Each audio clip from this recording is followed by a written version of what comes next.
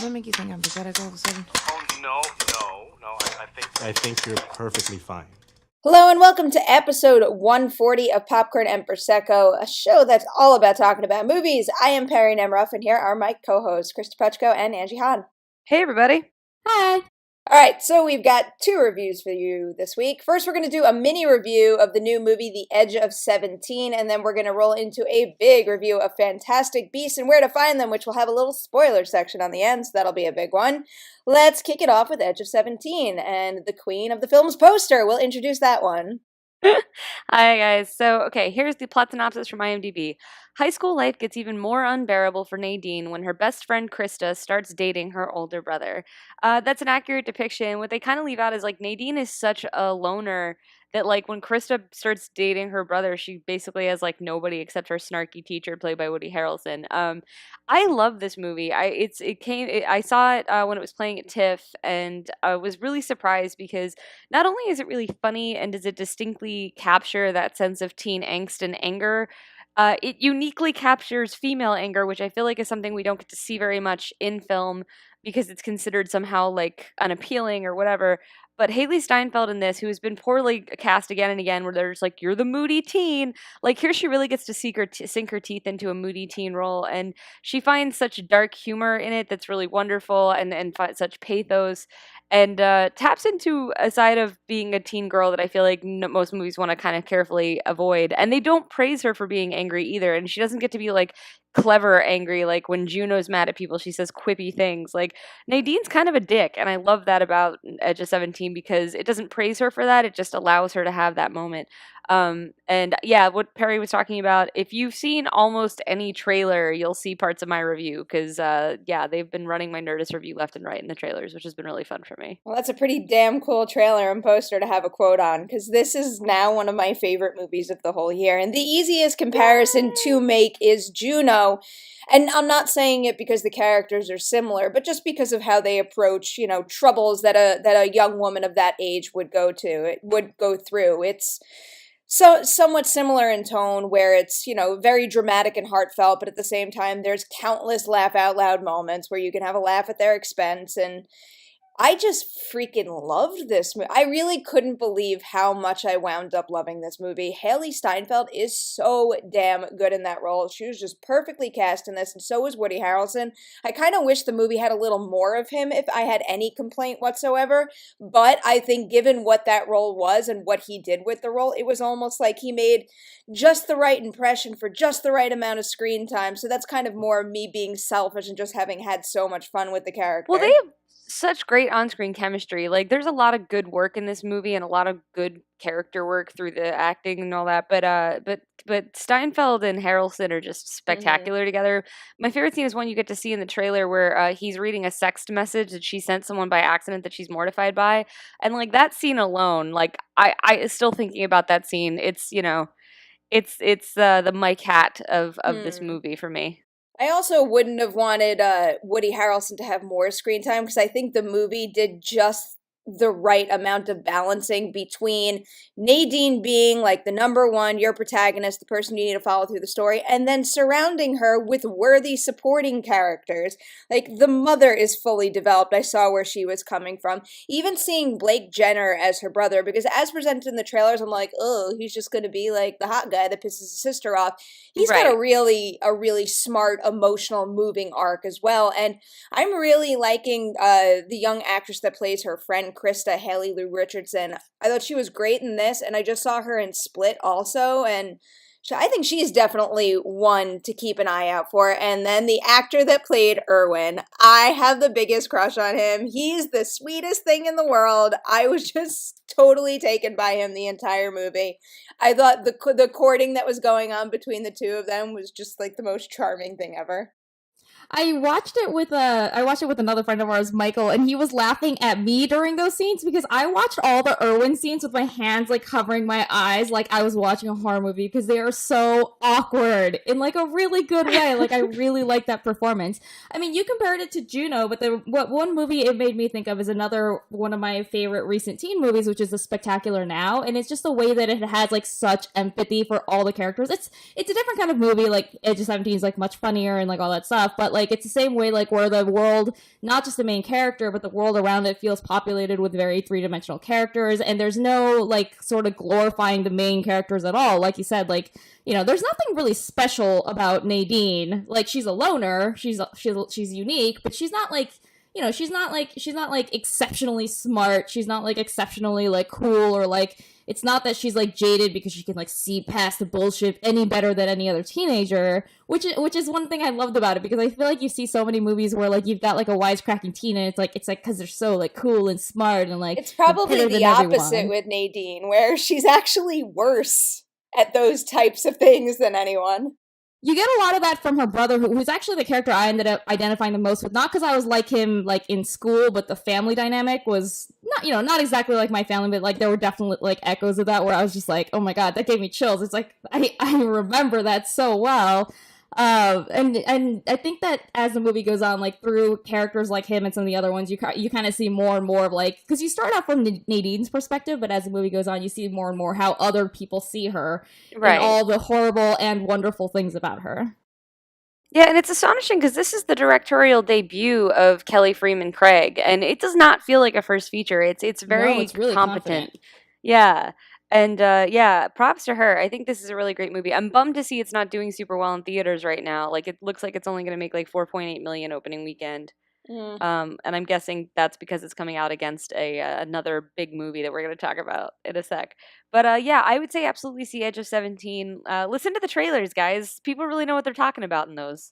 My hope is that Edge of 17 will be one of those movies that, like, I feel like my hope is that more teenagers will discover it as it goes on. Well, all sorts of people, but especially younger people who would really be able to relate to it.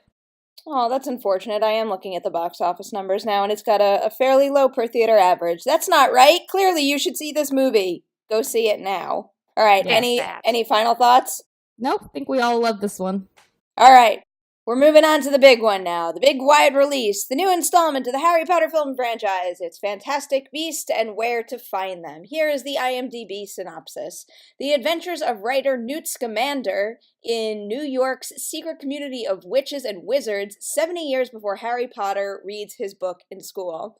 Okay, fine. That's still a shitty synopsis. He's a magizoologist. I finally learned how to say the damn word, and it wasn't even in the description. I enjoy it.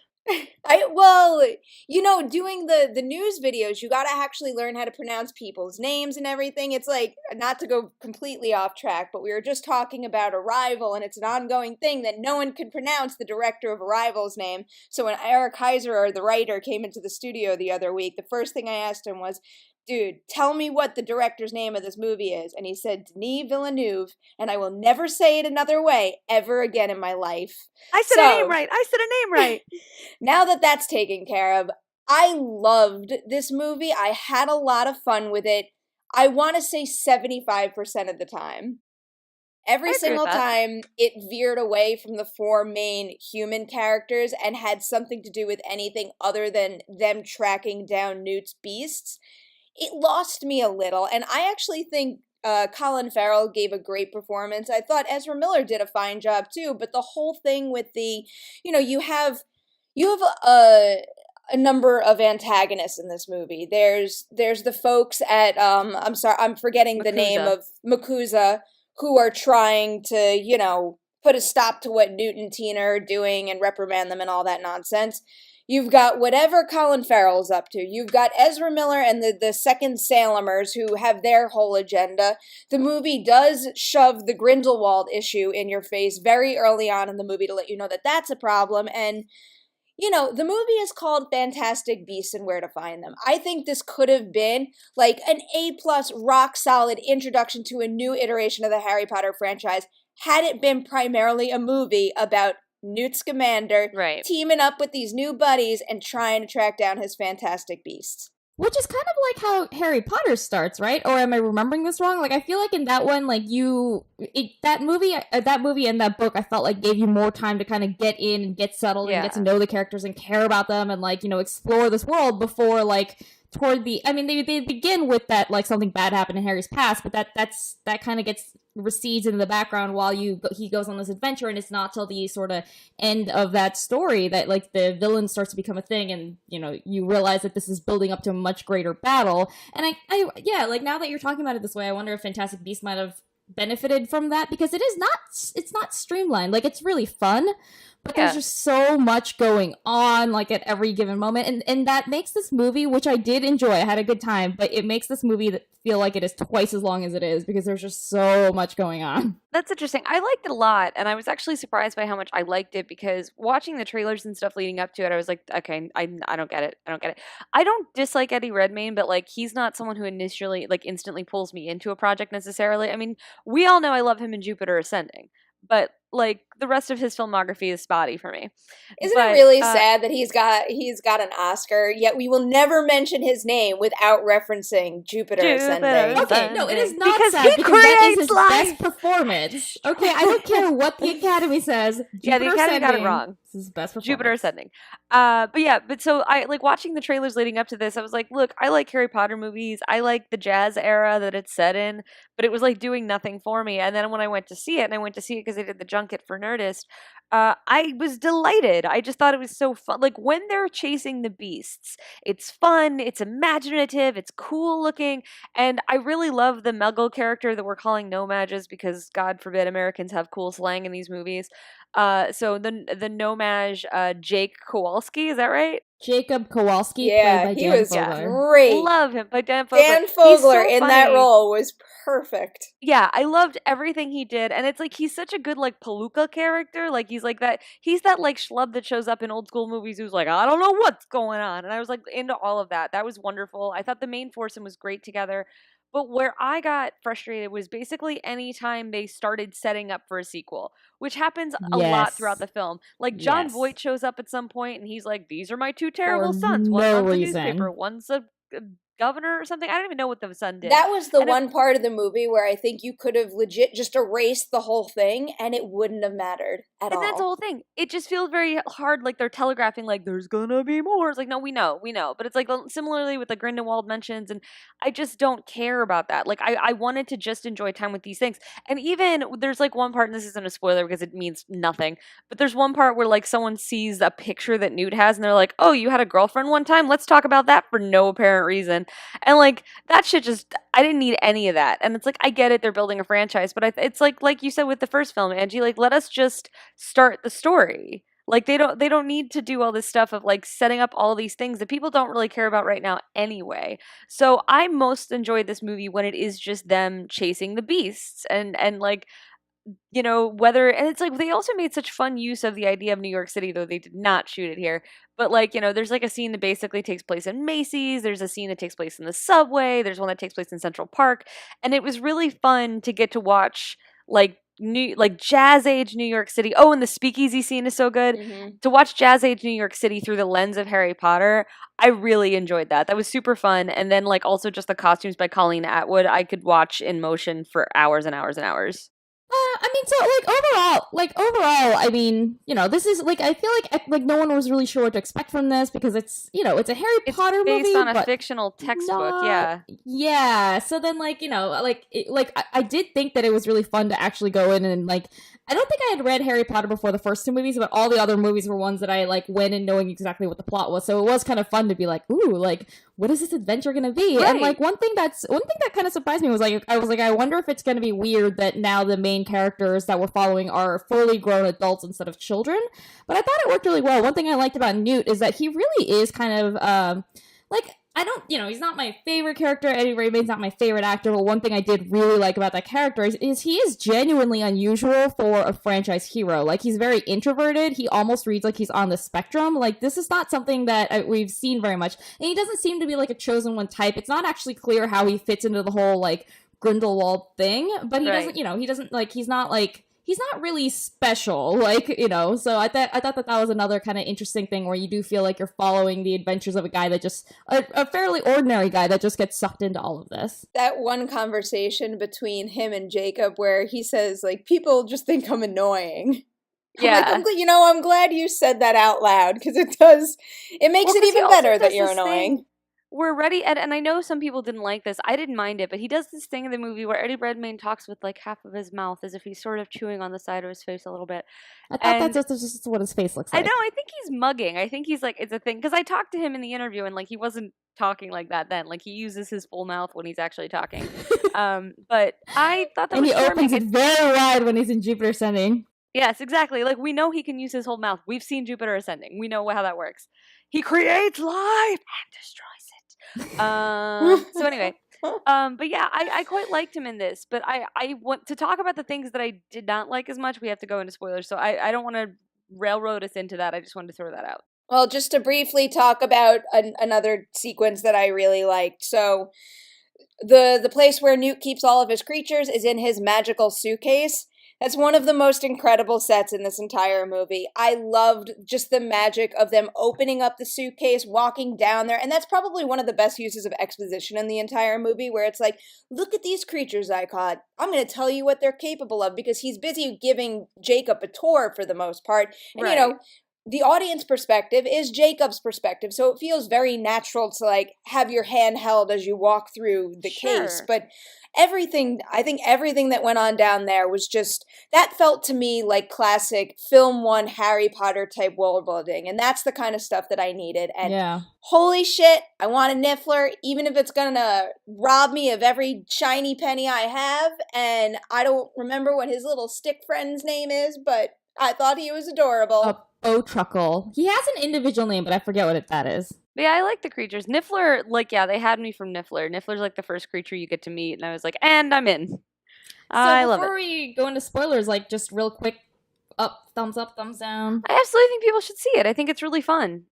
Yeah, I'm with you too. It's got, you know, some weak spots clearly, but I think overall it's a lot of fun, and it's a very promising start to what we now know is going to be a 5-film series. Yeah. I mean, No, I know what you mean. It's the inevitability. It's like, it's not like, oh, if this does well, we'll make more. It's like, we're doing 5, so get on board. It feels like a threat a little bit. it does. But I mean, as far as threats go, this one's pretty pleasant. Like, it's fun, it's cute. Like, yeah, I had a good It's the time. nicest threat I've had all week. All right, so spoilers? Spoilers. Let's do it. Okay, Okay, so guys, I super hate... guys.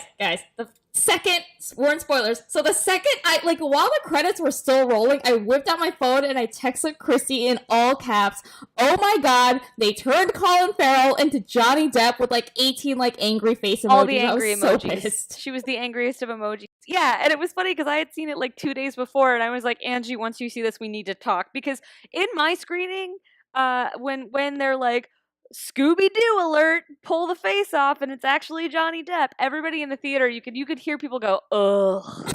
Oh.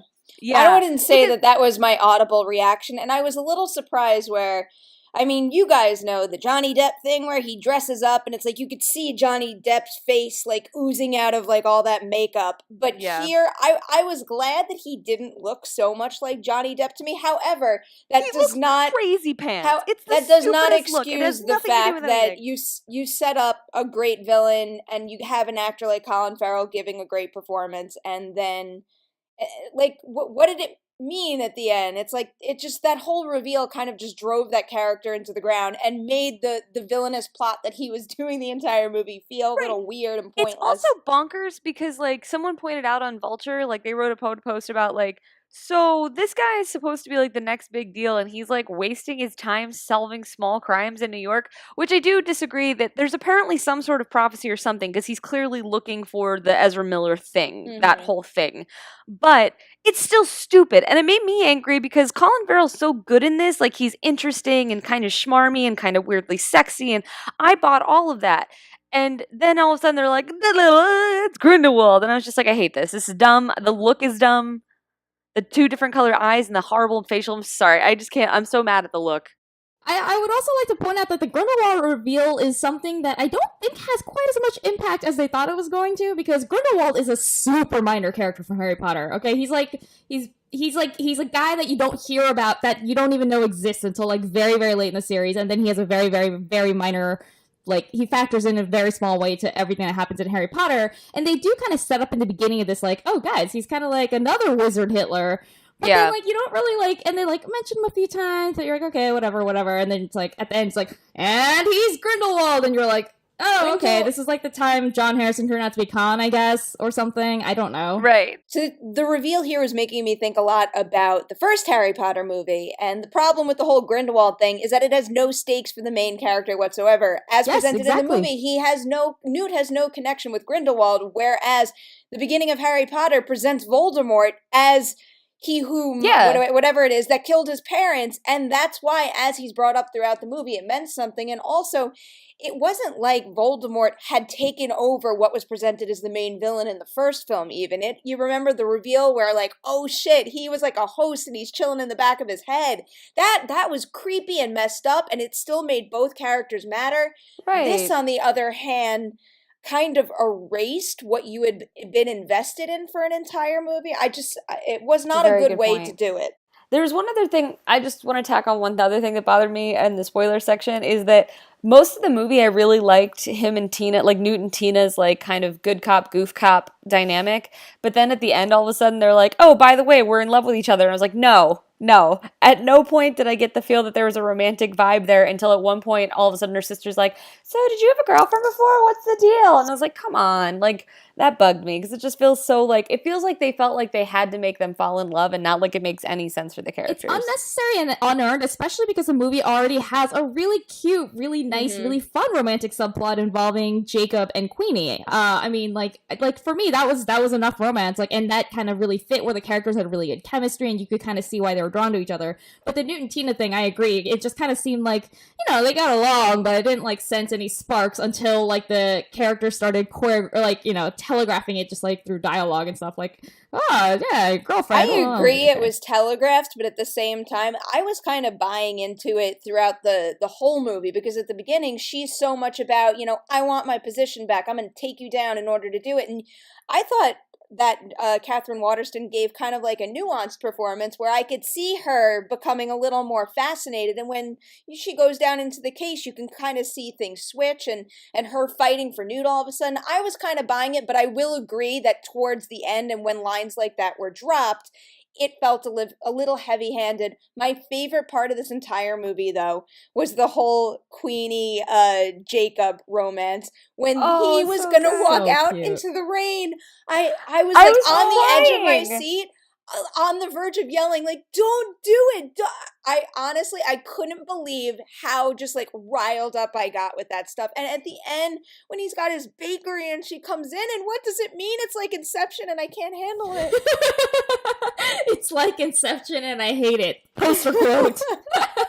I think we're supposed to think the fact that she kissed him when he was in the rain gave him like maybe not a clear memory, but like an impression of it, because then you see all his like things and he created all these beautiful baked goods that look like the creatures. Oh, so yeah. I like, I don't think I read it into it as like her kiss was supposed to somehow protect him. I thought it was more just that, like, you know, it's like it erases your memory, but maybe it's kind of still lurking in your subconscious, the way that when you have a dream, you don't quite remember the details, but you remember like the way it felt.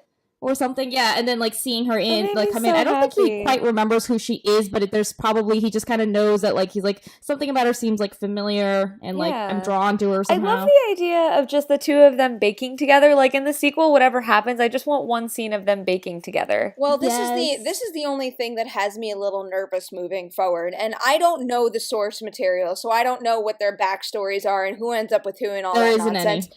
Okay, so my only concern with 4 films moving forward is the latest rumor I heard is that, you know, I don't even know if it's a rumor, it might have come with someone officially involved in the film, is that the next film is going to take place in a different country. My biggest fear is that after becoming like such a big fan of the foursome together, that we're going to follow Newt, meeting new characters, and that I'm not saying that Tina, Queenie, and Jacob are going to be out of the picture completely, but I don't want a movie where he makes other friends and they just pop up. I want a movie where the 4 of them go on adventures together. Sure. I think they will, because I feel like they spend so much time setting up these characters. I don't think they're going to ditch them. I think that this is the new Ron, Hermione, and I certainly... Harry. Harry was the one I couldn't remember. And you know, that other kid, the one with the glasses. My guess is that it's going to be kind of like how like characters like Luna, Neville, and Ginny like come more to the forefront as the series goes on. Like, I think that he's going to make new friends because there's no point in moving this to a whole new city only to have no new characters. True. But I mean, I can't imagine that they have spent all this time on these 3 other characters and then don't plan to bring them back. My question is kind of Jacob better have a bakery empire across the entire globe by the end of this series, or I won't be satisfied. Yes, please. Well, you're also seeing audiences have such a strong reaction to, I think, Jacob in particular. Like, everybody I know was like, Kowalski forever. So I feel like they're gonna know that going forward and being like, we got to keep Kowalski in the mix because he's so fun because Newt is not rattled by any of the weird shit that Newt does. And Kowalski is freaked out but amazed by all of it. And so that's really wonderful because it gives us an outlet to be like, right?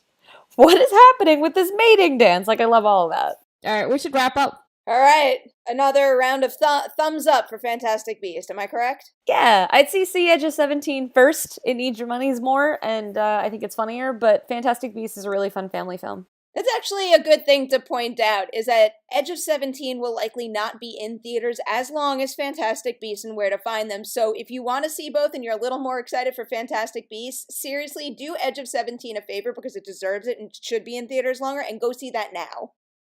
Also, if you don't like Johnny Depp, then Edge of 17 has no Johnny Depp. That's right. Fantastic Beasts has a No little Johnny bit of Depp guarantee on Edge of 17. Yes. All right. So But I both think are that's great. a wrap. All right, so there you have it. 2 positively reviewed movies this week, and we're all kind of in agreement. Wow, that's a first in a little while. All right, with that is a wrap on episode 140 of Popcorn and Prosecco. You guys know what to do. Head on over to iTunes where you can subscribe, rate, and comment. We have our website, popcornprosecco.com. We are on Twitter at Popcorn Prosecco. We also would love if you like us on Facebook as well. All 3 of us are all over the internet too. Angie, do you want to take it first? Yes, you can find me on Twitter at AJHAN, and I write for slashfilm.com. I just wrote a piece recently about why diversity in film is more important now than ever, and I would love if you guys would read it, because I'm very proud of it. I would also love if you read it. It's really good. I'm going to throw that out. I'd Thank also you. love Christy if helped. you read it, because I feel bad not saying that, and I need to read it now. I'm going to go read it. Good plug, Angie. All right, Kristy, where can people find you? People can find me on Twitter at Kristy Puchko, KristyPuchko. I'm writing all over the web, but you can find my career highlights at decadentcriminals.com, including a bunch of interviews I did for Fantastic Beasts. And I'm on a radio show called It's Eric Nagel. Look for us at SiriusXM On Demand. You can also subscribe to that on iTunes, and please do that, because right now we're trying to figure out where the show's going to go back into the Sirius lineup, and your demand helps us. And you guys can find me on my computer reading Angie's work, and also on Twitter and Instagram at Nemiroff on the Collider Videos YouTube channel, and I write for Collider.com. Thank you guys so much for listening. We'll see you next week. You prefer strudel, huh, honey? Strudel it is.